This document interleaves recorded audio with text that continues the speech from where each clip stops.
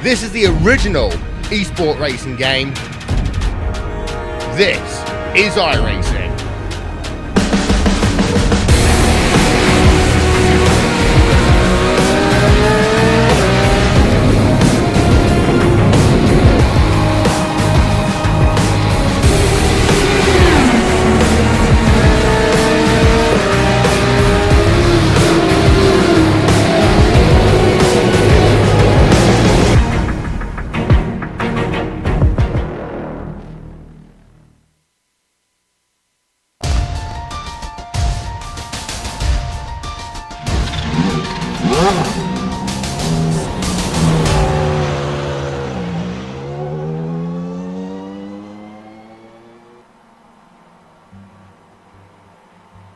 The racing this season has been tight and very aggressive. In the opening round at Donington, Jaume Torres got the best of defending champion Sonny Kenshin after some late race contact. The next round was at Interlagos, where the fans saw Marcelo Pajan outdo Torres for the win, with Kenshin sitting it out.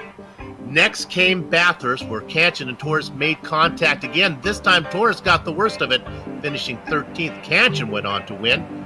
Last round was at Tsukuba, where the opening round results were replicated with Torres winning and Kenshin as the bridesmaid.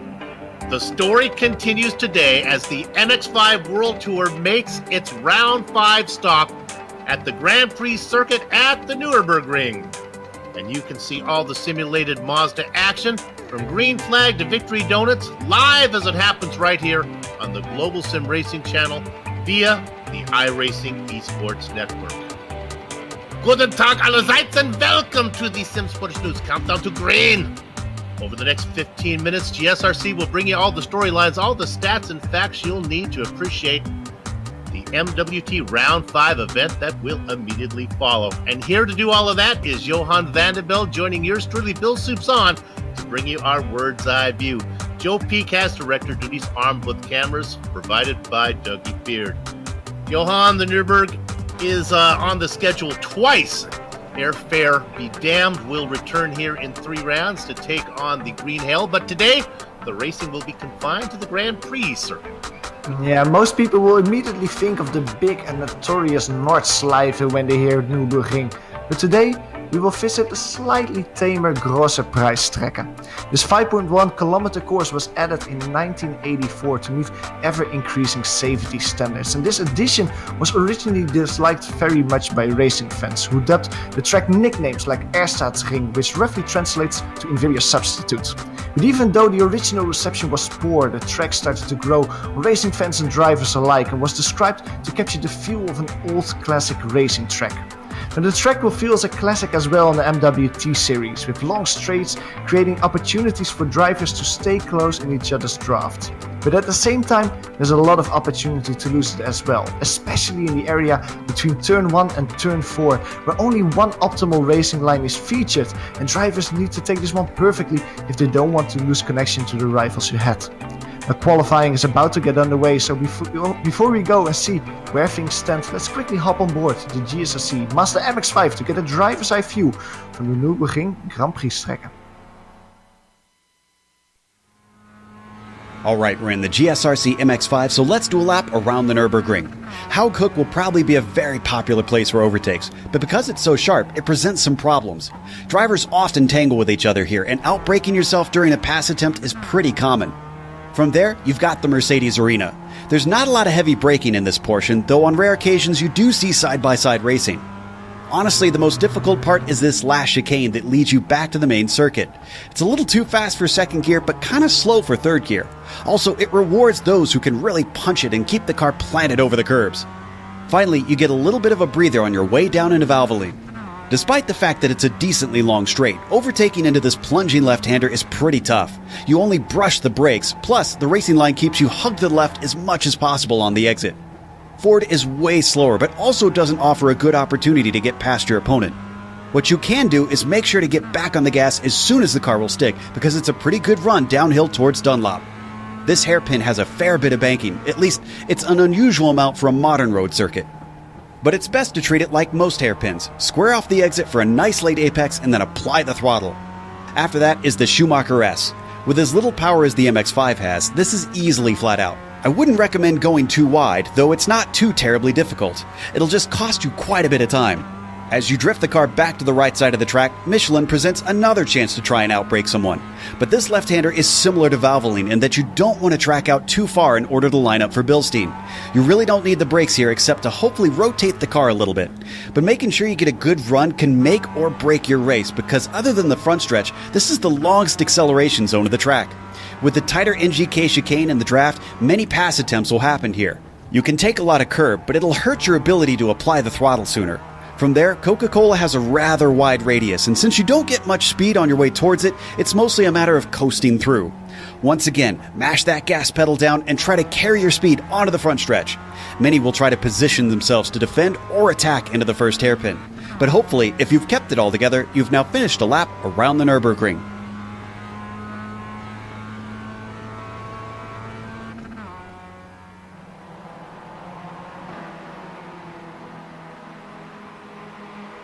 That was one lap here at the Nürburgring große Preisstrecke in the Mazda MX-5. Now, before we go to the points, I want to tell all the viewers that the Countdown to Green is sponsored by SimSport News.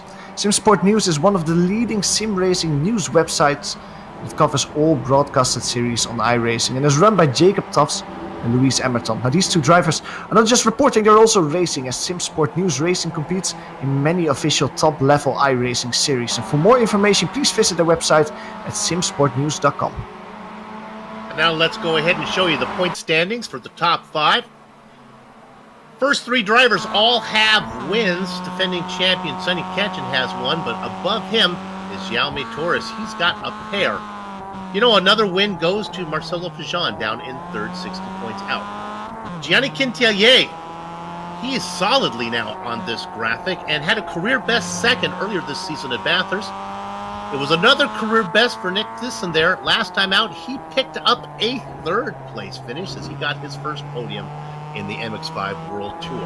There are 2 championships, though. We've talked about the pros, so let's look at the amateurs. Johan? Yeah, and the Amateur Championship is a Benelux battle basically all season, with Björn de Vos leading. It won last time around. He got a better deal. He finished in front of Stefan Sveenhoff, and look at the gap between them. Only 19 points separating the 2 drivers. They have quite a bit of gap to Derek Holland. Derek, of course, is from the US, but with a last name like that, he is an honorary Benelux driver. He's currently sitting in P3. He's ahead of Jeroen Oersum, and behind him, Robert Wielinga. He gained 7 positions last time around. He moves in the top 5, and he's ready to move up further ahead. There you go. Always picking up new viewers, so let's take a look at the race details. This is season 17 of the MWT series, round 5 of our 11-round championship. The venues will mirror iRacing Advanced Mazda Cup Series, and the season finale will be a double header. There are no drop races in this championship, so anything that happens on the track matters. However, the drivers get the benefit of free no-show compensations. That basically means that if a driver misses a race, he or she is compensated with a percentage of the driver's average race finish. There's also an attendance bonus for drivers missing no more than 3 events. Now, the setups this race are open. They are slightly shrunken the fuel tanks to make sure that there's 1 pit stop. The drivers will do 21 laps, and there is no incident cap, but there's an MPI bonus rating for the drivers that do not score a lot of incidents during the season. As the blimp floated around the track, you could see how overcast the skies are here today, and it's gray on the track. Johan, let's take a look at the weather. Yeah, it is a beautiful German sun there.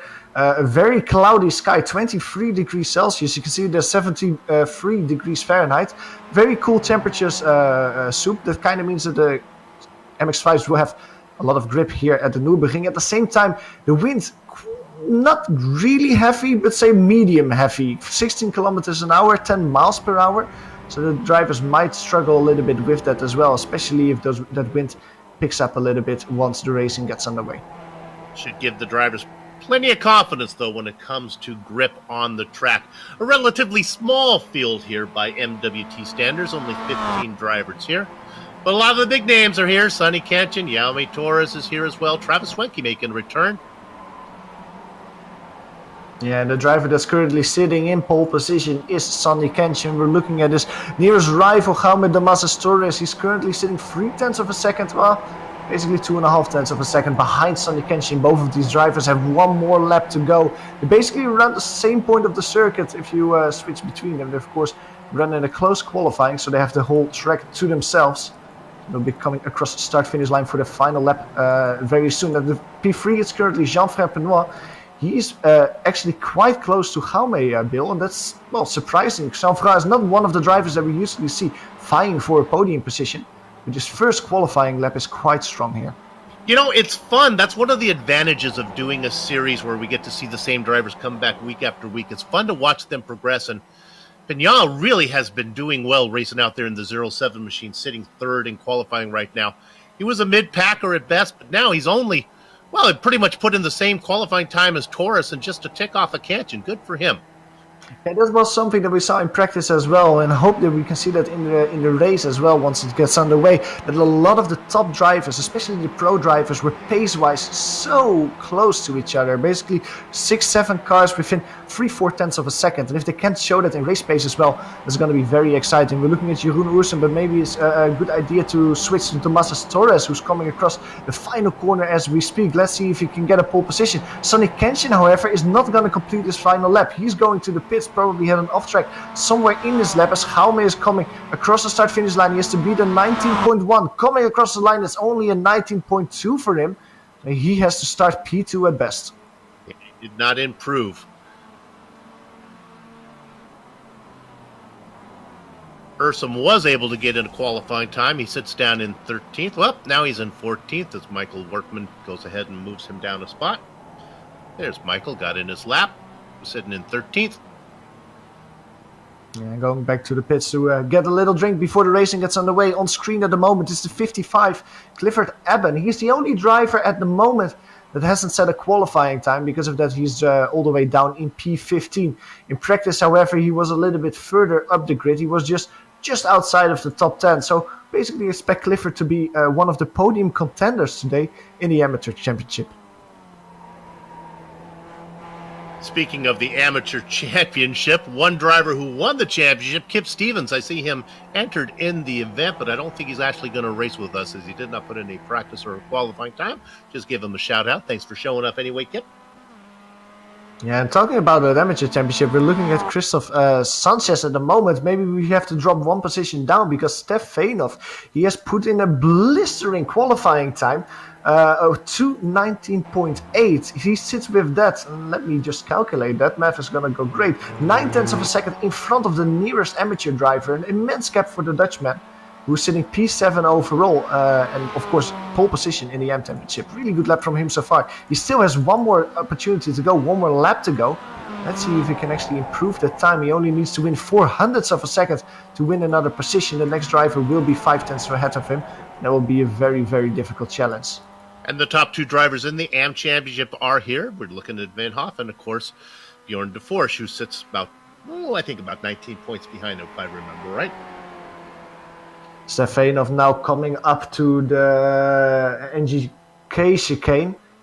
Very difficult chicane. This is one of the chicanes where you can really clobber the curb stones. It feels really good to do that as a driver. You feel like you're making progress, but I think that there, Steph Veenhoff got a little bit too greedy over the curb stones, got an off track. He parks his car at the side of the road. Now, one of the good things, Super Skip Stevens, he is out on track. He didn't set any practice time, any qualifying time, but it seems like Kip will drive with us, although he will start from the back of the grid. I don't think he's going to get this time in. All right, with Kip out there, he's not going to put in a qualifying time. We have 16 drivers. I'm going to take the top 8. Stefan, kind of change it up a bit. And there you have the Heusinkveld starting grid coming your way. Sonny Kenshin is going to be on the inside of row 1. He's going to be flanked by Jaume Torres. Row 2 is going to be Jean-Frank Penoy with Nicholas Berger. There's a new name we haven't talked much about. Outside of him, Travis Swenke and Christoph Sanchez go 5 and 6. Steph Veenhoff and Stefan Van Ostrel 7th and 8th. P9 will be Jordi Fike, and he's being flanked by Jean-Marie Fourgou. He starts just inside the top 10. Björn de Force, our championship leader in the M category, he starts P11. He's being flanked there by Derek Holland. Michael Wardman can be found on the inside of row 7. Just behind him, Jeroen Oersen. But the last two drivers on the grid will be Clifford Eben and Kip Stevens without setting a quality time. Okay, we got all the business out of the way. Now we get down to the business of racing. Sonny Kenchen and Jaume Torres up on front. They have been competitive all season long. They've gotten together a few times. Let's hope they can keep it clean today. Congratulations going on amongst the drivers. Best wishes from everybody. Round 5, the MX-5 World Tour Season 17. We have been around for a long time.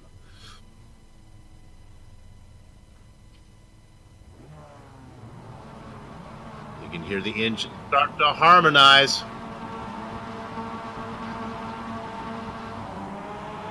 Yeah, they're at the chicken steak covering on the cows. The horses are out of the barn. It's the defending and 4-time champion Sonny Kenchen out in front. The rookie challenger behind him is Torres. He's looking on inside of him. Boy, there is 3 wide behind. Can they get that sorted out? They do, right behind Swinky. Berger gets the best of it. Pignot is going to try to fight him. He's not done yet. Christophe Sanchez looking on. Behind him, Nicolas Berger still side by side with Jean-Francois Penois, still side by side as they reach turn 3. Long corner to the right, but the next corner will be to the left. Next will be to the right. That's the advantage for Nicolas Berger. Penois wants to go way off the track. That might give an opportunity to Christophe Sanchez behind him in P6.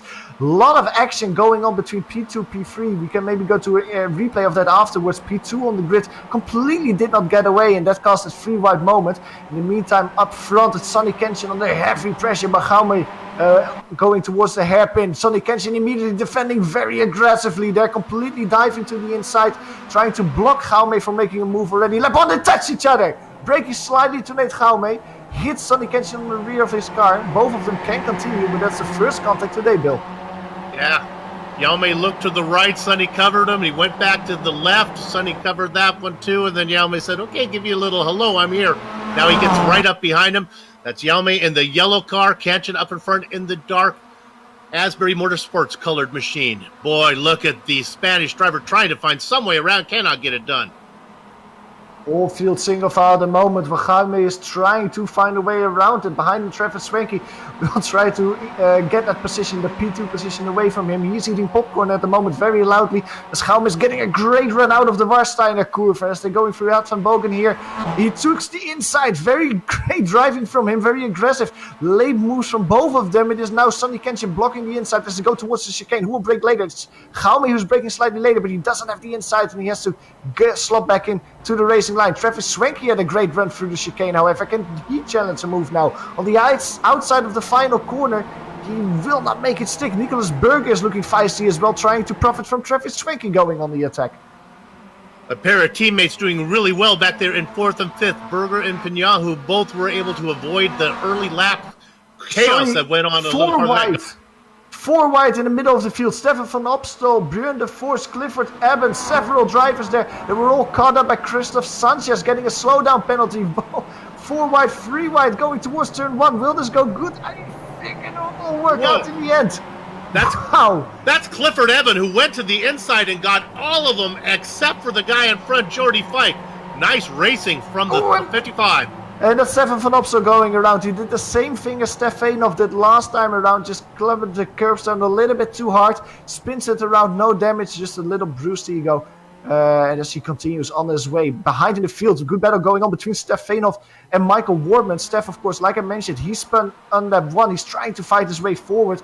He already overtook Christophe Sanchez, is now trying to work his way past Michael Wardman as they go side by side.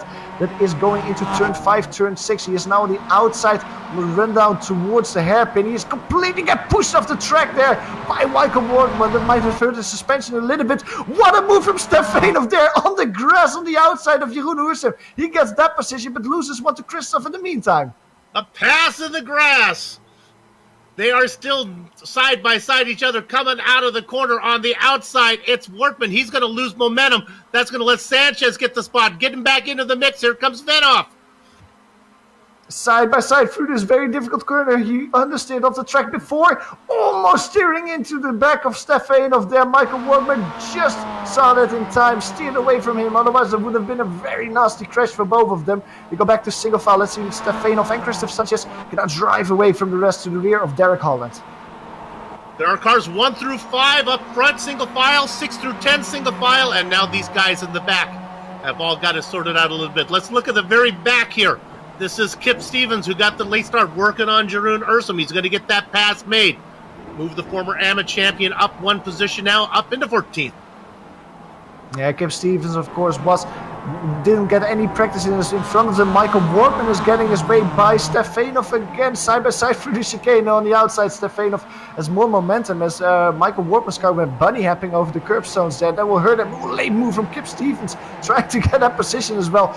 These drivers are driving like it's the final lap of the race soon. This is great entertainment, but this is not very quick driving for them. They lose a tremendous amount of time to the group that's being shielded by Derek Holland in front of them. They get that sorted out a bit. Can we jump up to 8th position now? This is Bjorn de Forge in a battle with Jean-Marie Fugu. Looking on in the popcorn position, Derek Holland. And just to reiterate, the battle between Björn and Jean-Marie Fugu is the battle for P2 in the amateur category. Clifford Abbott in front of them is the leader. He's trying to harass Jordi Fike for P6 overall, that will be. But here, this battle, Fugu and Björn de Force are fighting for the final podium positions in the M category for. Nobody is separated in the front 5. They all race within shouting distance of each other, but this is the fun battle to look at right now. Evan was not able to put in a qualifying time. He started in 15th. He has cut that in half and then some as he races in 7th behind the Sheriff for Jordi Fike. Yeah, it almost seems like Clifford Appen is really finding some pace at the moment. He seems quite a bit quicker than Jordi Fike, who actually goes onto the gravel on the exit of the hairpin. That will not help his acceleration coming out of that corner through the Michael Schumacher S chicane here. You can just see the draft working his thing there. Clifford Abbott very easily staying with Jordi Fike now. Probably close enough to try and move there, but he thinks the better if it stays behind him. Now behind them, Björn de Force and Jean-Marie are still fighting. He's still in the draft though. Derek Holland, he cannot fight with anyone at the moment. He's just hanging on for bare life. He doesn't want to lose the draft to the drivers in front.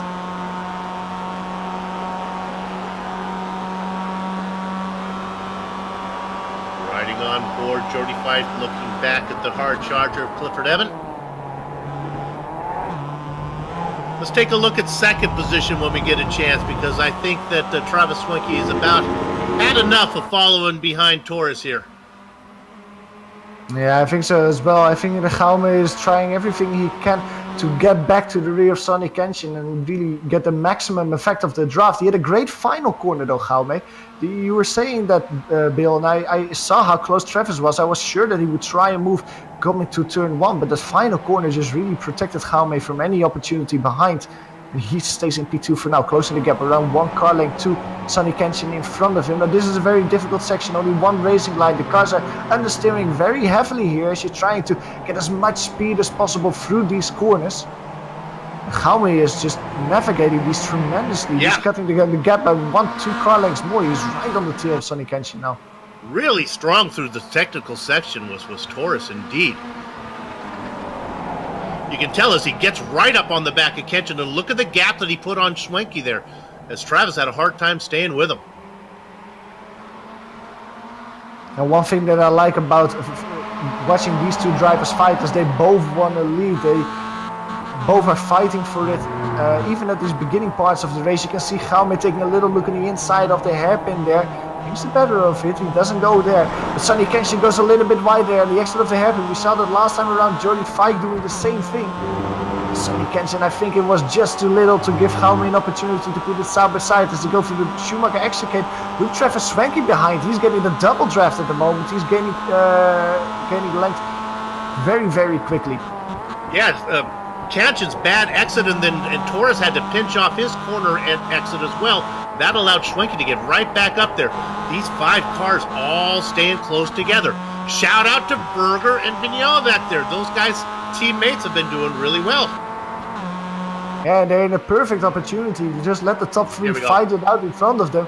They might win the race. Well, let's see what Jaume and Sonny are up to this time. On the outside, Jaume breaking for the chicane there. Travis Swanky, can he dive to the inside? No, very respectively from Travis Swanky. He's just waiting there how the battle in front of him plays out. This will hurt Jaume a little bit as he loses a car. Like Travis Swanky cannot profit, but make a move on the inside of the final corner. But like I said, Nicolas Berger and Jean-Francois Pinoy, they don't really have to fight in this battle, Bill. They just can wait there, just see what happens in front of them. Just pick up the pieces at the time that the drivers in front will make a pit stop. There will be a pit stop coming about anywhere between 1/3 and 2/3. Racing up front, very intense. Berger taking the wide look there. Oh! Swanky. Travis makes a mistake. He'll lose one spot. Only one. What an amazing save for Travis Swanky there. He just went too hard over the curbstones. It's beneficial to hit the curbstone there. It helps rotate your car a little bit. But I think what he did was just hit it slightly too hard. And then it goes from rotation to over-rotation. He almost lost control of it. But what a catch by Travis Swanky to not loop it around there. He actually, saved it. Only loses one position and stays right in the battle with all the other drivers. He can just continue his race in P4. We're going to stay up front for a little while longer here and see what Taurus does on the back of Kenshin. There is another battle, though, we're going to check in on in a minute. That's Fike and Evan. That continues to rage. Fike being able to fend him off. But right now, let's stay up with the leaders a bit.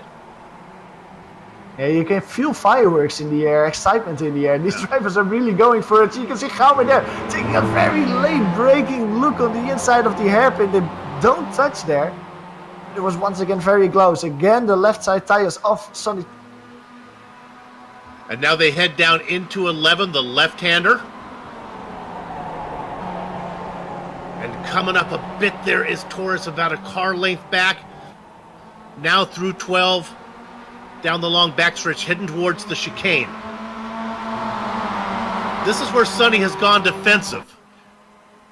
He kind of has to. If you have one car on the inside of you going into the chicane, you kind of will lose the position. There's not really the opportunity to take more momentum around the outside. But Jaume is too far away to try and move there. Berger with a great run out of there. Really closed the gap up on Taurus.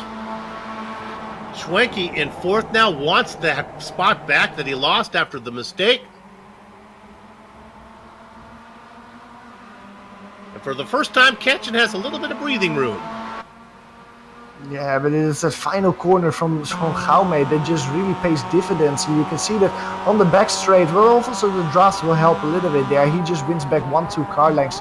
That's just all the extra speed he needs to stay with Sonny Kenshin in that lead battle. Nicolas Berger outbraking himself slightly going into turn 1. Was of course very close to Jaume on that start-finish straight. It doesn't hurt him that much. In the meantime, Jean-Francois Pinoy, he's the only driver that really hasn't changed position here. He's just very content, I would say, Bill. Just staying P5 and see what happens in front of him. And watch, just back there watching and waiting. He knows that there's a pit stop to make. But of course, even though Sonny Kenshin is out in front, he's really good at calculating fuel, as is Travis Swanky. Not sure if that's really Taurus' strength. Yeah, it is difficult to calculate, though, with all the draft laps that are happening at the moment. Because you're driving in the draft, it's more difficult to calculate what exactly you'll be using if you're not in draft. If you are in draft, you have to predict what is going to happen when other people make pit stops. So it's very difficult to pinpoint exactly how much fuel you need, because these cars refuel so slow in the pit stop. It is a very important decision to make. It was a very difficult one to make. Now, if you can maybe leave this battle for what it is and just drop back to the next battle, the one between Jordi Fike and Clifford Appen. That battle has been, well, heating up a little bit, not between those two drivers, but a little bit because the drivers behind him are catching up, especially Björn de Vos. He fought his way past Jean-Marie Fourgou. He's now up to P8, P2 in the Amateur Championship. And it seems like he's closing down the deficit to Clifford Appen in front. And that's very important, of course. If we remember Stefanov, he's P2 in the Amateur Championship. He had pole position, but he had a mistake in lap 1. So if Björn de Vos can finish P2 or even P1, he will just consolidate the championship lead that he has and even increase it over Steph. Let's stay on this one for a while. I'll give you a yell as I'll keep one eye on the leaders. They race nose to tail, but passing is so hard. Let's give these guys a little bit of love. Yeah, no moves here in the chicane. All of them go back to single file racing there. One of the drivers is Clifford Eben, getting a little bit loose on the exit of the chicane. That might give Björn de Vos a little chance. You take a look on the inside of the final corner, thinks the better of it, goes back to the racing line. But he will now be a little bit further out of the draft, Clifford Eben. That will not help him. Björn de Vos is right behind him as they come out of the final corner. He will now get a little slingshot as they come across the start-finish lane. Look at the moment, he is now gaining. Now he has more speed than the car in front. Battle for the lead here in the Amateur Championship. He takes a look on the inside. Brakes a little bit later, but it's just too little overdrive that he has there to complete that move. He has to slot back in P2 there. Jordy Fike, for the first time in many laps, has a little bit of breathing room there, but that's not going to be long because Evan is coming. Yeah, and the thing for Björn is that he can not only look forward. Behind him, Jean-Marie Forgout and Derek Holland are closely in behind him as well. We're not putting him under that much pressure, but they're not far. And if he makes one small mistake, he will, instead of gaining one position, lose two of them. So it is a very difficult battle for Björn de Vos at this moment. You have a 5-car train up front, then you have another 5-car train back here, 6 through 10. Then a few stragglers back in the back we'll check in on here in a minute. There's actually a really good battle going on behind them. There's the one for P11, Christoph Sanchez and Stefano. We might actually look at them. Now, these two drivers are extremely close. You might say this is a great battle. It's not really a battle though, because these drivers, it seems more like it, and I would love to talk with them after the race, are working together. They are working together as much as they can to close down the gap to the drivers in front. Not only for Christoph, it will be very important to close down the gap to Jordy Fike, the pro driver in front of him, but Stefano, he wants to go back to the P1 position he started racing in the M category, and he is using Christoph Sanchez to the best of his abilities. Just slowly but surely they are cutting down the deficit in front of them. It's going with around 2/10, 3/10 per lap. So it is happening, but it's happening very, very slowly, Bill. You know, Stefan, I want to talk about the car track combination here, and I'm surprised. Oh, look at this, we have that battle going on. I'm really surprised how much I'm liking this car track combination.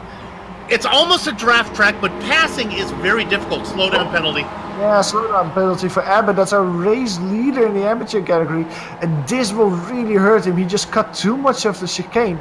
Now, the way that he immediately went to the inside there, Bill, and slowed down, that might not have been the best way. He could maybe have done it better on the start-finish straight, just going half throttle on the inside, letting everyone pass, because you can see immediately he is losing the draft to the drivers in front. And this will actually be an extra help as well for Christoph Sanchez and Stefano, who now might use Clifford Eben as a sort of leapfrogging stone to get back to the 4 drivers in front of him.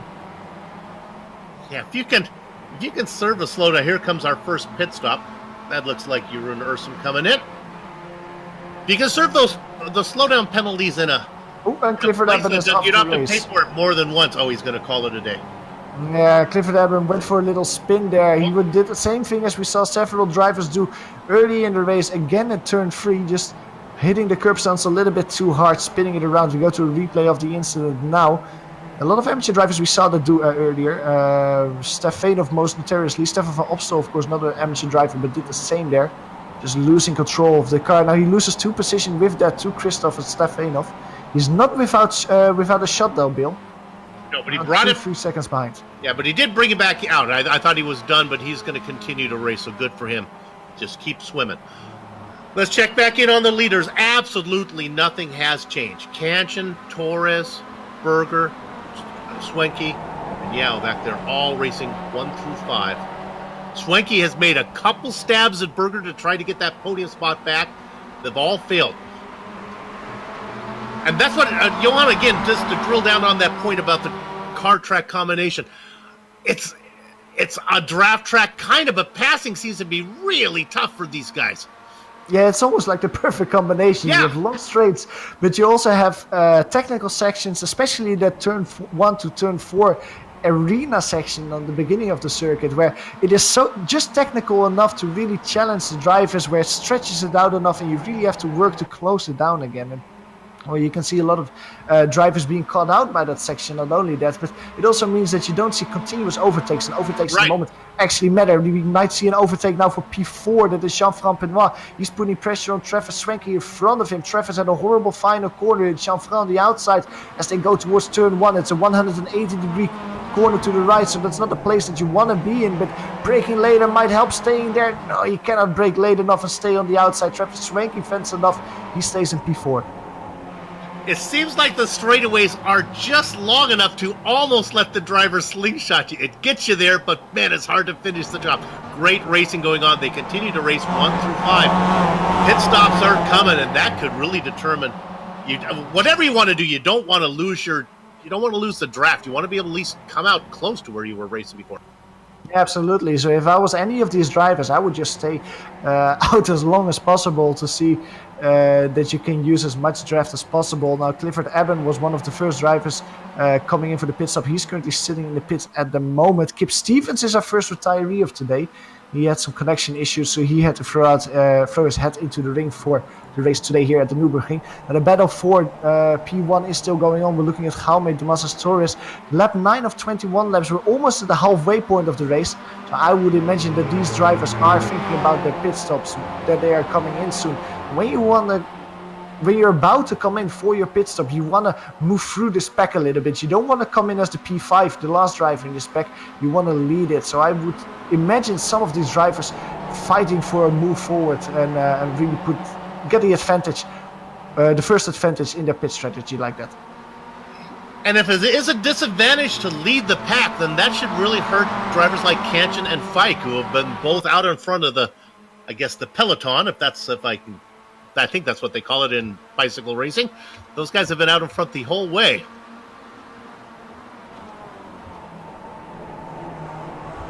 A little gap is starting to appear between Travis Swanky and Nicolas Berger at the moment, it almost seems like. Around 0.8 of a second. So Travis Swanky now has a few corners, especially in the technical infield section at the beginning of the track, that he just has to close it down, make sure that he doesn't lose the draft to the top 3 in front. Jean-Franc Benoit is probably seeing that as well, and with that wants to get by Travis Swanky as soon as possible. Last time around, Travis Swanky did a 2:19.7.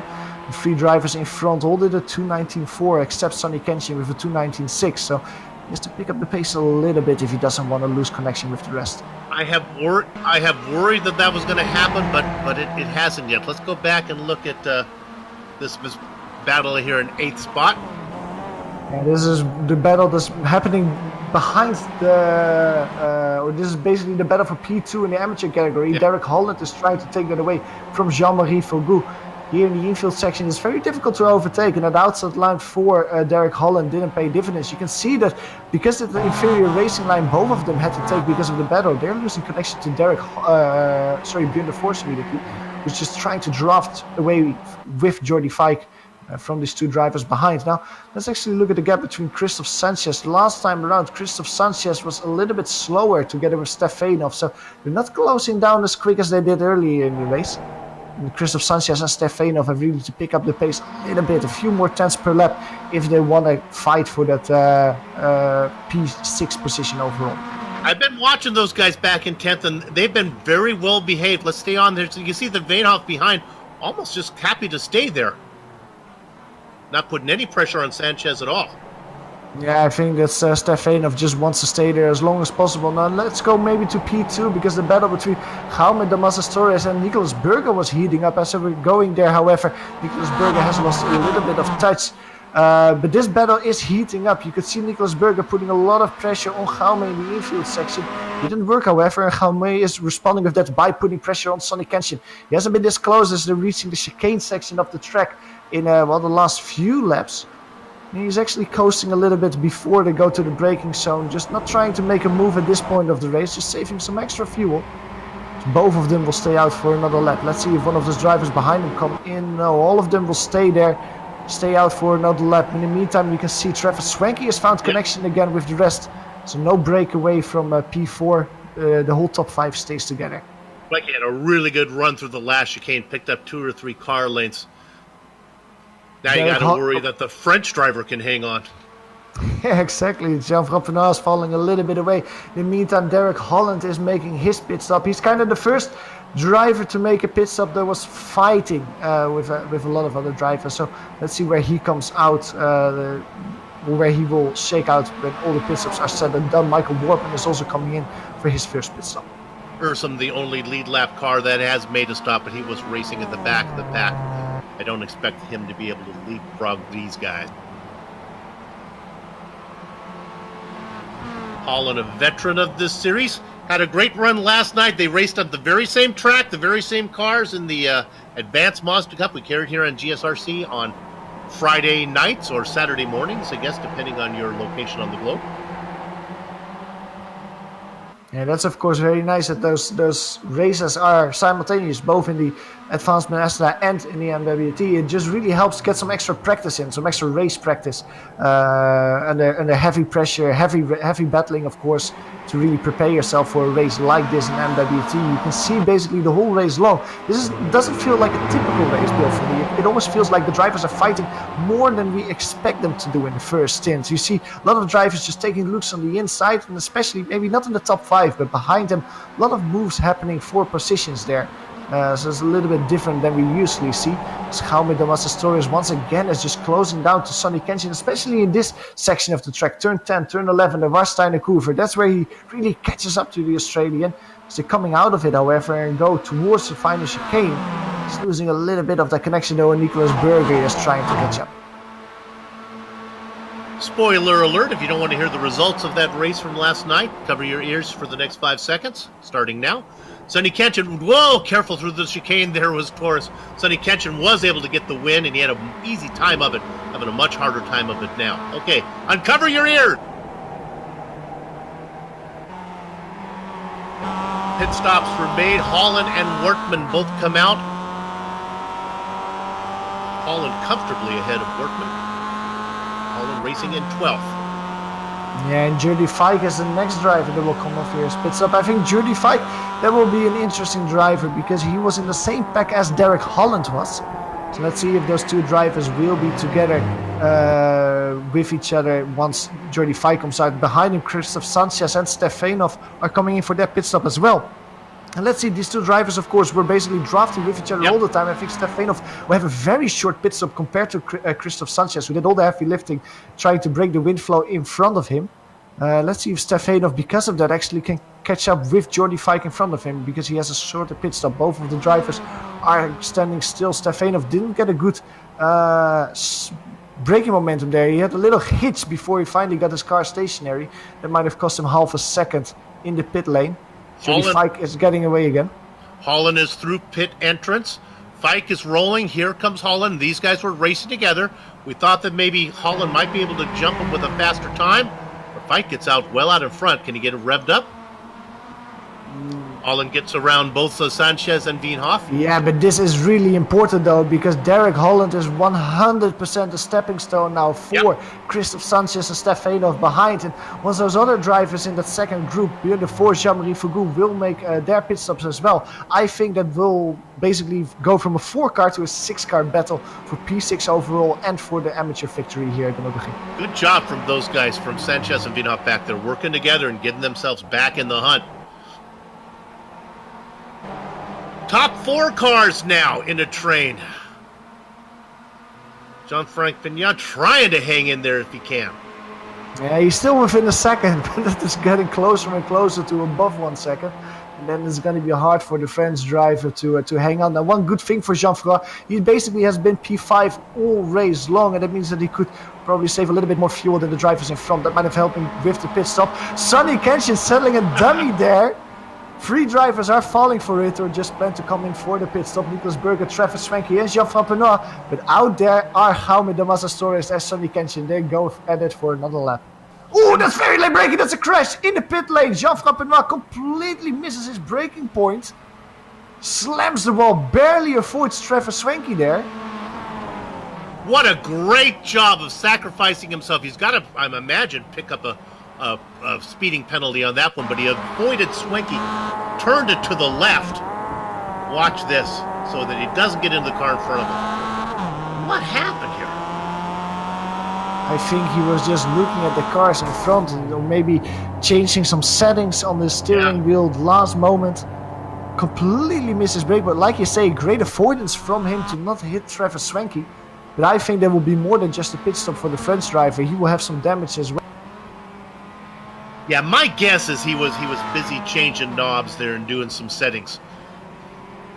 Alright, the Björn de Vries is also in for his pit stop. Let's keep a half an eye on him as well. Both drivers are getting away. Great pit stop for Travis Swanky there. Yeah. He wins a lot of time on Nicolas Berger. Jean Frampenois is still sitting in the pits. He's losing a lot of time. Now he gets underway again. I think there was that speeding penalty you were mentioning, Bill. He gets underway just in front of Björn de Vries. That will cost him a lot of time. Let's see Jordi Fike coming across the start-finish line now. He's side by side with Björn de Vries. Who will win that battle? I think it will be Jordi Fike by a hairline there.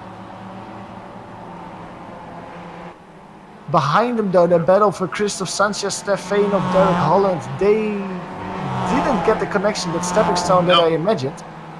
You know, I think it might have been just a bad stop on the case of Holland compared to the other guys doing well. And just to drill down a little bit on the Schwenke and Berger situation, Berger was about 6 or 7 seconds longer cone to cone. He was actually faster in his box. Schwenke has crushed Berger's lost touch now. Absolutely. Now in the back of the field, Jeroen Oersum is coming in for a second pit stop. I don't know exactly why that is happening. Maybe he had some problems with his car underfueled at the beginning. In the meantime, Jaume Damascus Torres and Sonny Kenshin are both coming in for that pit stop. Well, their job got a little bit easier with the mistake that Pignot made and then the horrible stop from Berger. They really don't have to worry about Travis Swanky right now. Now, if leading the pack means anything, then you got to figure the Taurus is going to get out of here faster. But that you got to be able to calculate the fuel as well. I really think Taurus turned the pressure off. Oh, he missed. Yeah. That's going to cost him some valuable seconds there, Taurus. Maybe I think that cost him more than he gained with being P2 all days long. Let's see. I'd go as soon as Sonny goes. Go now. Oh, he's going to wait. Oh, that's going to cost him, I think, 2-3 seconds as he gets going again. This might actually help if Travis Swanky puts himself right between them. Like I said, he might use it as a leapfrog or stepping stone to go forward. But Travis Swanky just comes out behind Jaume. That will hurt him, I think, because Travis will fight Jaume for that P2 position. That could mean that Sonny can just drive away from them. Ooh, Sonny Kenshin is going wide there. In the exit of turn 2. Keeps it in a straight line, though. He's having to get used to 2 new tires there. 8 laps to go and an interval of about 3 seconds between the leader and Taurus. So once again, pit stops are the difference. A mistake from Taurus, Kenshin doing what he does. Looking at the times, I see nothing to be alarmed about from Sonny's time. It seems legitimate. So now, go ahead. Yes, a little spin for Jean-Marie Fourgou in the first corner. He just came out of his pits. That was the first pit stop from the French driver, just hitting the curb zone very hard. Basically what we saw Travis Swanky do at the beginning of the race as well. Jean-Marie just here, you can see as we go on board with him, just hitting the curb zone the inside on the right here very hard, spinning him around. Once your car gets going there, it's so difficult to catch it. A few meters later, he immediately spun again. Yeah, I think he might have some damage because of that, because he spun 2 more times in the next few corners. It forgoes from bad to worse. Absolutely. Poor bad luck for Jean-Marie, but let's see where it goes on in the battle for the lead. Sonny Kenshin, he's... Jeroen Oersum having some problems as well. Jeroen Oersum was standing still at his pit stop for a long time. He got going again. He had some... It almost looked like destructive tendencies in the pit stop. He hit the inside wall, one of those petrol stations on the right. It looks like it's race over for Jeroen Oersum.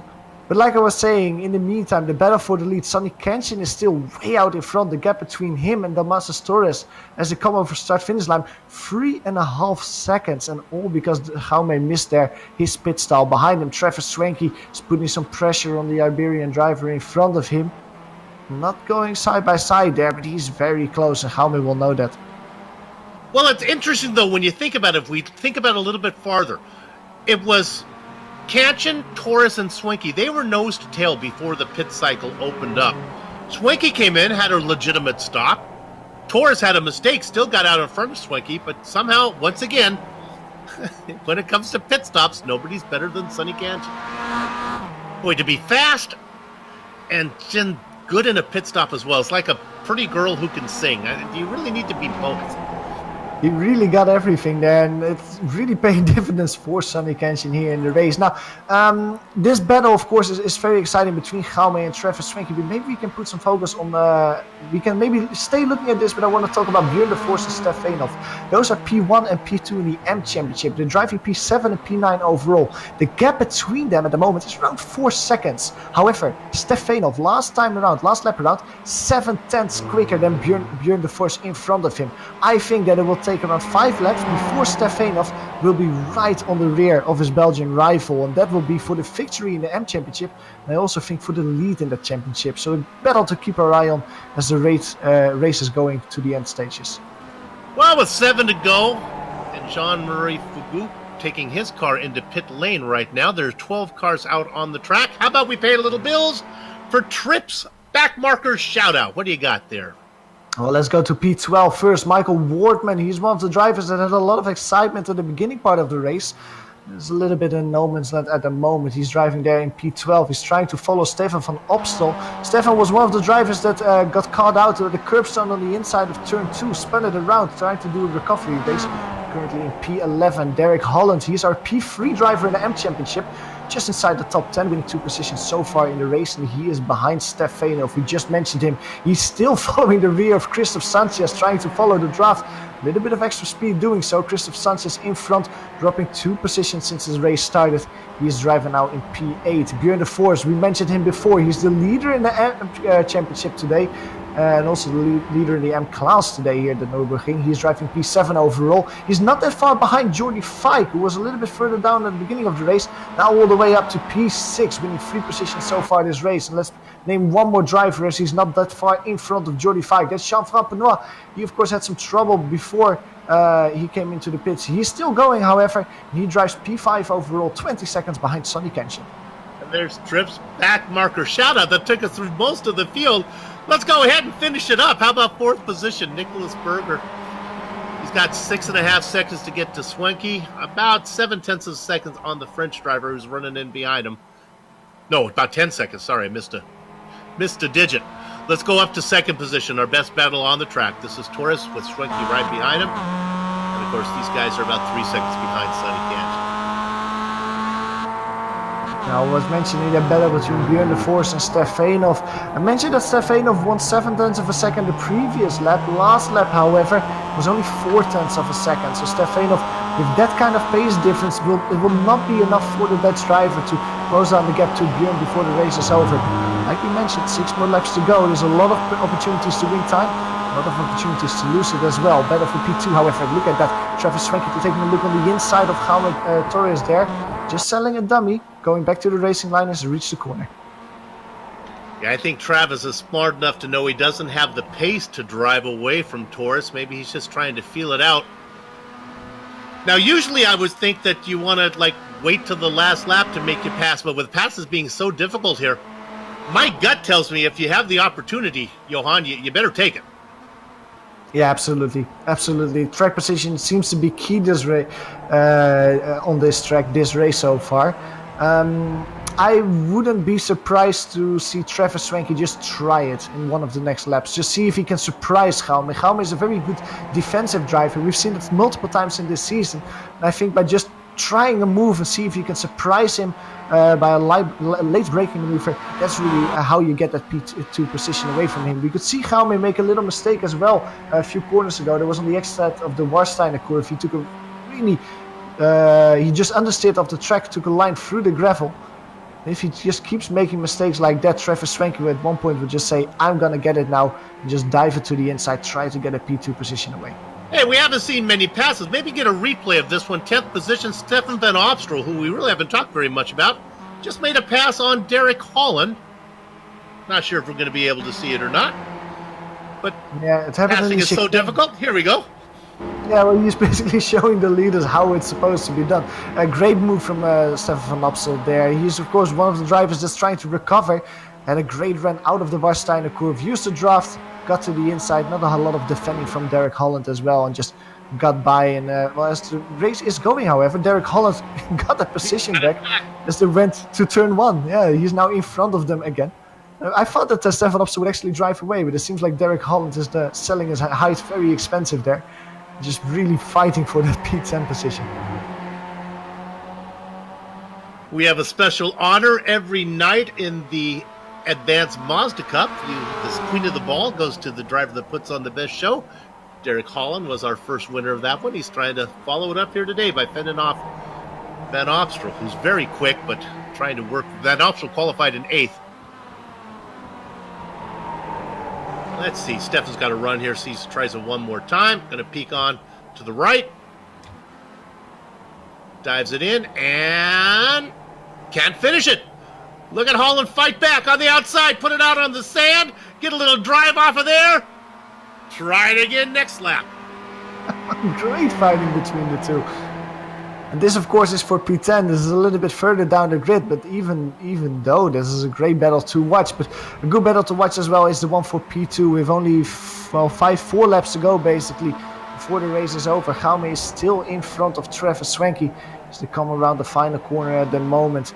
The gap between Jaume and Sonny Kenshin is not really decreasing, also not really increasing. It's just fluctuating by a few tenths of a second. Every lap, although the last 2 laps Jaume is winning a little bit, but not enough to close down the gap to Sonny Kenshin before the race is over. Trevor Swanky winning a lot of speed there, just thinking the better of it. You could see there the extra speed that he has. He didn't have the commitment to make the overtake. He had extra speed, Bill, but he just didn't go to the inside to actually finish the deal. It was just basically showing his muscles a little bit and showing that Jaume like, hey, I'm here, I'm still here, and I'm quick as well. Might be a little different philosophy that you have on with 4 to go than you do with 1 to go. Lord knows that Torres has taken his share of elbows from MWT drivers this season. Yeah, so from these guys, he's been bumped around a few times. Lap traffic car in front of them as well, the Jean-Marie Fogu. He will probably get out of the way of these 3 drivers once they come across him.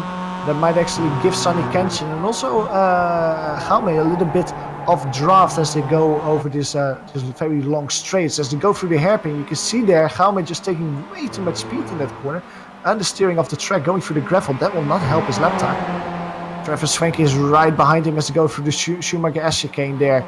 Less than half a car length. He will now dive to the outside. This is maybe the moment that we were waiting for. A small mistake from Jaume. And Trevor's bouncing on that. He is on the outside, braking slightly later, but just not enough momentum to seal the deal there. Jaume back to the racing line. He covers it and stays in P2. There are no teams in the MX-5 World Tour, but there are associations. And Asbury Motorsports, there's no team championship, but certainly team drivers racing. Torres, new to the series, got to be thinking, how many of these Asbury guys are there? He got together a few times with Kenshin. Here comes the pass. Pajan got together. He is an Asbury Motorsports driver. And now Schwenke gets the move. He takes it in too deep. He comes back and he gets hit and then T-bone. Yeah, he's waiting for Jaume, it seems like. It seems like he knows that he was responsible for that, but Jaume looks very heavily damaged after that crash. Crabbing over the track. That's race over for the Spaniard. We go to a replay of that incident. What exactly happened there? Well, one of the big things was that Jaume didn't defend the inside. He just stayed on the outside. Once that happened, he knew to brake a little bit earlier, try to cross back, take that position back. He also just cut in very quickly on the apex there, as you can see. Trevor Swanky was there, got spun around, and that second hit just killed the suspension of Jaume. That was race over.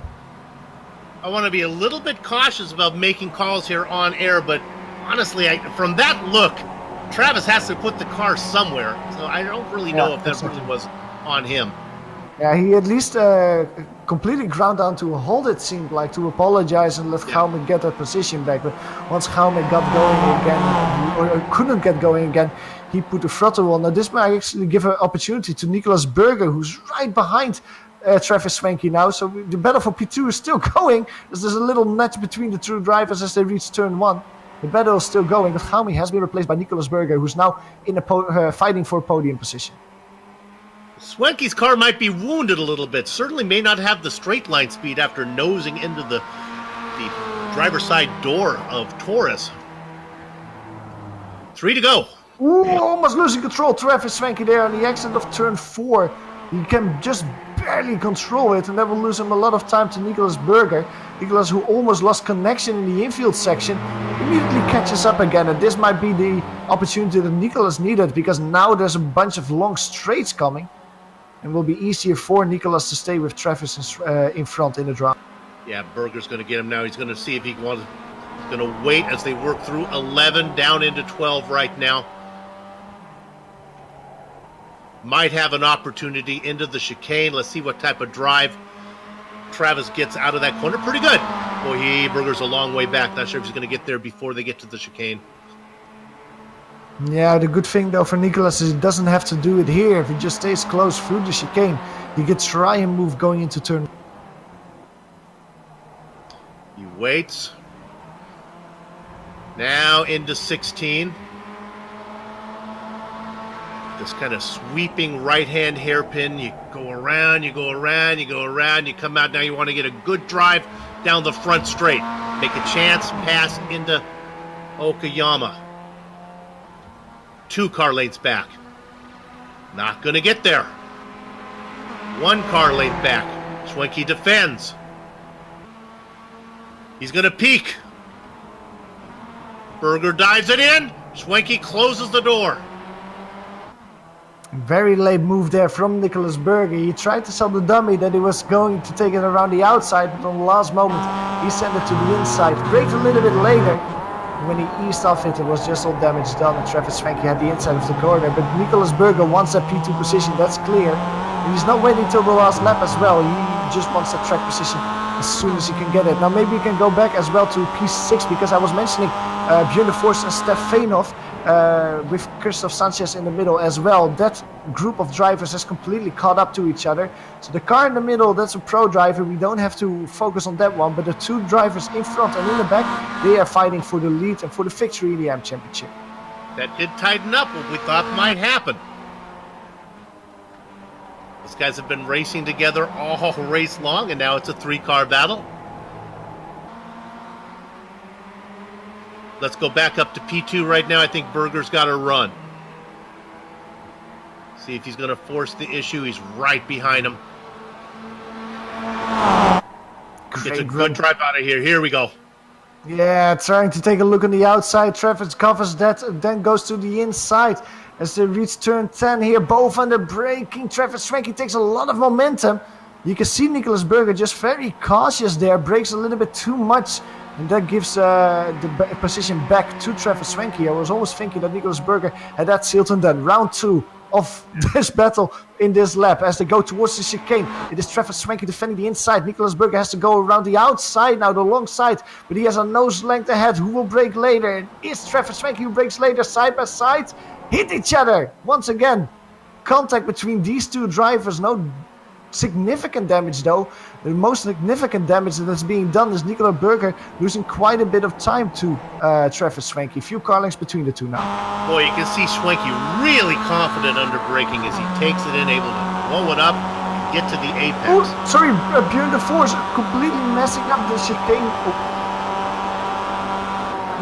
We're still in the replay. Apologies for that. Nicolas Berger there with that move on the outside on Travis Swanky. Stays the same there with Travis Swanky in P2. And as we go live, the lead battle with in the M class I was talking about, Stef Veenhoff is on the inside of Björn de Vos. Björn de Vos was being overtaken by Christoph Sanchez in the chicane. Had to take a horrible line there. That cost him a lot of speed through that corner, both under braking into turn 1. Björn de Vos back to the lead there.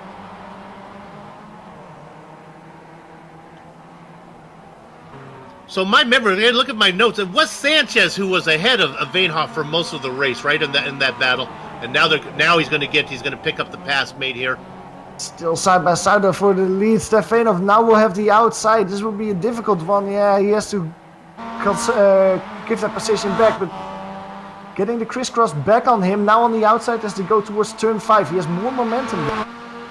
And they're braking still side by side. There's nothing between these two drivers. On the outside is Stefanov. Now that position. The corner will cross back to him. He should have that position now. The Beautifort still hanging there on the outside as they go towards the hair.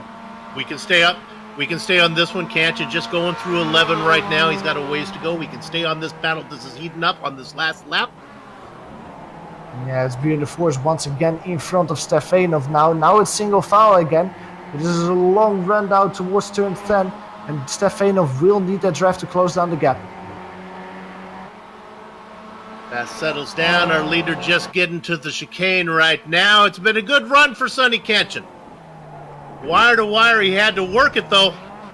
He had battles from Torres, Schwenke back there as well. But now as he gets to the final corner, sweeping right-hander comes around. It's the MX-5 World Tour Season 17, round number 5 from the Nürburgring. Sonny Kenshin gets the win. Let's go to Schwenke as he tries to fend off Berger. Yeah, it was a little move from Berger in the chicane, but he couldn't get it done. Travis Schwenke will finish in front of him, get P2 in the end. Now if we go back to Beautifort and Stefanov, Beautifort messing up the chicane once again. And that might be a slowdown penalty for the Belgian, because he completely missed the corner there. Will it actually be a slowdown penalty? Yep. It seems like it. Yes, he gives Stefanov the position there. So Stefanov in the last corner of the race, he completely fell down to last place in the Amateur Championship. He fought his way back to the victory here at the Nürburgring. Great race from Stefanov there. The Porsche came over and made sure he announced that he did not want to get rear-ended. Finishing up, 11 cars on the lead lap. Derek Holland is going to come across in 10th, and the last car out there is going to be Michael Workman, who picks up an 11th place finish. Congratulations to him finishing on the lead lap. The racing is over here in Germany. The broadcast is not. We'll take a short break. We'll come back and run down the entire finishing order. Talk to some of the drivers before we put a lock on the gate. Don't go far. You're watching GSRC on IESN.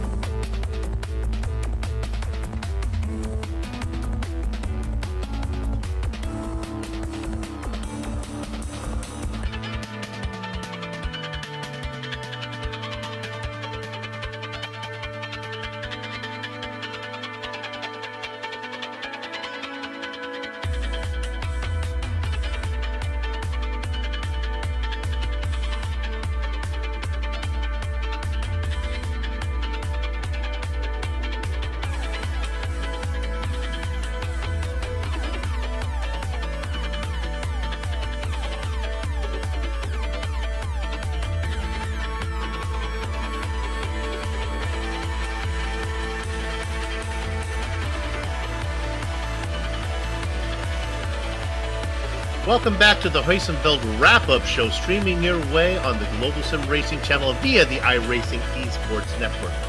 You know, Heusenfeld solutions currently are being used by countless professional teams and drivers, and it's now within budgetary reach of all without having to compromise on realism or engineering value. They offer advanced vehicle software and hardware able to simulate any combination of race car and track. Be a better race car driver and get in touch today at heusenfeld.com. And now let's give you the finishing order. Sonny Ketchen goes wire to wire, picking up his second win of the season. Travis Swanky right behind him, his teammate, for second. Nicholas Berger was looking on the back of Swanky, could not get it done. He'll have to settle for third. Jean Franquinho back there in fourth position. Jordy Fike raced in sixth for most of the race, leading the train of five cars. Then when there was a problem to Torres, Jordy Fike was able to vulture a spot up into the top five. Good job for the Sheriff. Christoph Sanchez will get sixth position. Steph Wienhoff, a great run into seventh. Bjorn DeForsch in eighth. Rounding out your top 10, Stefan Van Opstra, who we saw making the pass on Derek Holland late in the race. Johan, you get the rest. Yeah, Michael Warman is the last driver on the lead lap. He comes home P4 in the amateur category, P11 overall. Jean-Marie Foucault, he is one of the few drivers, one of the 5 drivers that had some problems out there at the Nürburgring. He's classified P12, just in front of Jaume Damas Astorias. Great race for him, fighting for the lead, but wasn't meant to be after the contact with Sonny Ketchen. That was the race over for Jaume. Jeroen Oersum classified in P14. Clifford Eben, one of the drivers that was fighting for the lead in for the victory in the M category as well. He's only classified P15 in the end. And Kip Stevens, he had a horrible day, couldn't get any practice in the end, finishes in P16. All right, I get the honor of talking to our race winner, Sonny Ketchen. Congratulations, you got 1-1 last night, you got another one here today, but this one was a little tougher. Hi, Sib. Yeah, this definitely was tougher. Very good morning to you and Joe as well as Johan there. That's good to see. I'm pretty pumped actually. I was from last race win. I was just too excited, so I haven't had much sleep. But used to it. So here I am. It was very tough compared to the last race because this is longer as well as there's strategy involved and faster guys. Full credit to Torres for keeping up with me as well. Explain to me why it seems to be so difficult to pass here on this track. The straightaways look long enough that you could get a run, but man, it's tough. Yeah, it's really tough to pass this track, especially around the corners. What I notice is if you're a good defender, you want to make sure you cover the inside. So it's really tough to pass someone on the outside. So except on the straight, of course, you position your car to defend, and then you also make sure that you know how to take the corner. So also that checking the tire and fuel at the same time. Everything counts till the end, and that's what happened to me. I was almost out of fuel soon after the pits with 9 laps to go. I took a little chance, but I was out of draft. So my strategy then was to not use full power until I'm deadly sure the last couple of laps that I can make it. That was my strategy in the beginning. Again, going back to defending, I didn't allow Torres to take advantage of me on the inside, so I was defending hard.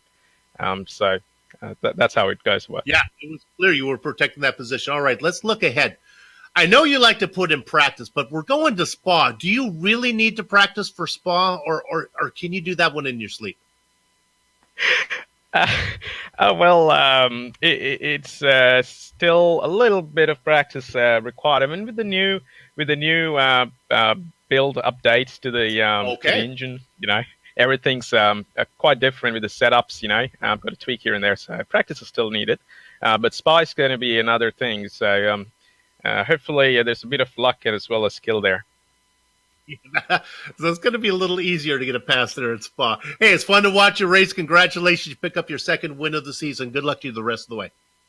Thank you, Soup. Wonderful having you guys again. I'll talking to you guys again, and catch you next time. Four-time MWT champion Sonny Ketchen gets the win here. Johan, who you got? I got the other winner today here at the Nürburgring, Steph Veenhoff. He comes in the booth to talk with us. Steph, what an amazing race it must have been for your perspective. You had your spin in lap 1, you were all the way on the back, and you fought back. And how you win in the end, how does it feel?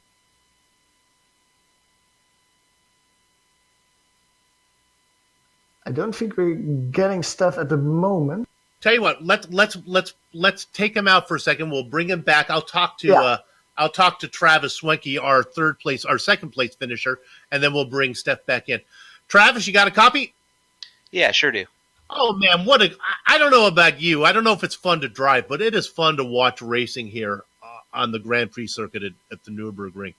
Man, you can almost make a pass. Almost, yeah, almost. It's definitely hard to set one up, and then when you do, you're always open for the undercut or whatever else, because you have to open yourself up in that next corner. So it's a very interesting track for sure. You had yourself in third, then you made a little mistake. Luckily, it only cost you one position. What happened there? Yeah, I was trying to swing to the inside, and when I did, I just caught too much of that bump and that little kind of jump right there off that corner and got it completely sideways. So I was just in save mode at that point, and then thankfully I saved it quick enough that I could just slot right back in, and then it was just, okay, I'll just wait till the pit stop now. I was going to try and move on Torres then and try to set him up going into that next corner, but it just didn't. Obviously it didn't work. And then you guys tried to go too wide through the chicane, and it was a good effort, but just ran out of track. Yeah, I went not very much deep, but it seems like that corner is just super slick on the inside, and went a little deep, and he did a great undercut. But then, watching it back, I'll let the IRT decide. But it was I didn't have much track. Let's just say that. I tried to stay as far right as I could, but there wasn't much room there. I definitely thought it was me to start, and was definitely trying to redress the situation. But I don't know if it mattered because he was pretty damaged. That's how we read it too, but I think you'd probably be in good shape there. Let's go ahead and get to the very end where you're in the battle with Berger. Was your car injured? It wasn't injured, but those first two laps, it's these tires they get hot and you have to cool them back off. And I still slid a couple corners, and they were still hot and they just wouldn't cool off. So I had to back it down for a couple corners to make sure I could get them back and then start going again. It wasn't really injured, more so than it's just tire issue. Well, you were up and down. You end up in second position. I guess that was good, but it was hard work getting there. Good luck to you the rest of the way. Always fun to watch a race. All right, thanks, Sue. Appreciate it. A hard-fought second position for Travis Swenke as he finished behind his Asbury Motorsports teammate. All right, shall we take one more shot and see if we can talk to our AM leader here? Yeah, that sounds good. Let's bring Steph Einoff in. Steph, do you have a copy? Yes, I can hear you now. Awesome. Well, like I said, Steph, congratulations with your victory today. I was saying what a race it was from you. You had a spin on lap 1, you fell to the back, and then you had a recovery where you basically fought through the whole field. How was it from your perspective? Well, it was a bit disappointing that I made a mistake on lap 1. The inside was a bit slicker than I thought, so just got it too early on the throttle and spun out. The second lap was absolutely crazy. I don't know what happened exactly. I still don't remember, but somehow ended up on the grass and still passing people. So in the end, it was a good race. We caught a glimpse of that overtake on the grass. That was complete mayhem, but it was a great move nonetheless. Now, you seem to almost strategize your race a little bit, trying to get forward in using the draft of Christoph Sanchez to fight your way forward. Was that something that you did on purpose? Just try to stay behind him, don't fight too much, and see if you can move forward, move through the field with the help of Sanchez? Yeah, we were about 5 seconds behind the next pack, so I thought I would save some fuel and maybe close that gap in the pit stop. But in the end, Sanchez came out at the same time, so but it worked out in the end because I caught up with Björn de Vos, so I got the win. Yeah, and what for battle it was, because you basically had 2 laps or 3 laps in the end to seal the deal. Did you have anything else than the race victory in mind? Did you, before, have in mind that, well, it's still a long championship to go, there's a lot of opportunities to go, I'm not going to risk everything to get this race victory? Or were you just all out wanting to get the silverware here today to win the race? Well, for the first 19 laps, I was a bit laying back a little bit just for the championship. But as soon as we caught up to Björn, I went all out. So I think he he got the last chicane wrong in the last lap. He had a slowdown. And I ran out of fuel over the line, so it was fortunate. Oh wow, so it was a real tight race in the end. Well, congratulations at least with your victory once again, Stefanov, and we'll hope to see you again next week. Yes, thank you. It was Stefanov, P7 overall, but more importantly, our winner today in the M category here at the Nürburgring. A small field, but a darn exciting race. You know, I'd like to thank all the people that made this possible. Let's start with everybody at the Quality... Actually, what are we going to thank here? Come on, Soup. Let's have the Quality Racing Sim-dicate for organizing the series and contracting with GSRC to broadcast it. Thanks to the sponsors, SimSportsNews.com and Hoisingveld. On screen now are just some of the equipment and software used to string cyberspace into your place. Additional thanks to June Lalonde, who provides our wonderful music. See the screen to how to get a hold of more of her great work. The MX-5 World Tour returns in 2 weeks, and we talked about it. It's going to be round 6 at Spa. GSRC via IESN will be there to bring you all the action. We hope you join us. Next on IESN, well, that's actually live right now. Race Spot's coverage of the Neo Endurance Series 24 Hours of Le Mans. It should be around hour number 6. So as soon as we're storming the castle, why don't you go on over to give them a look?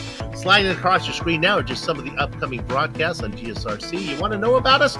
Global Sim Racing Channel, Twitter, GSR Channel, Facebook, Global Sim Racing Channel, and Instagram at GSRC_Graham. Hey, and if you haven't done so yet, become a YouTube subscriber by heading over to our YouTube page and hitting that big red button. Finally, on behalf of the entire crew, Johan, Joe, and Doug, I'd like to thank all of you for watching. As it was indeed, 4-time champion Sonny Ketchum picking up his second win of the season here at the Nürburgring. With that said, we're off to have fun storming that castle. So until next time, race clean, race hard. We'll see you on the track.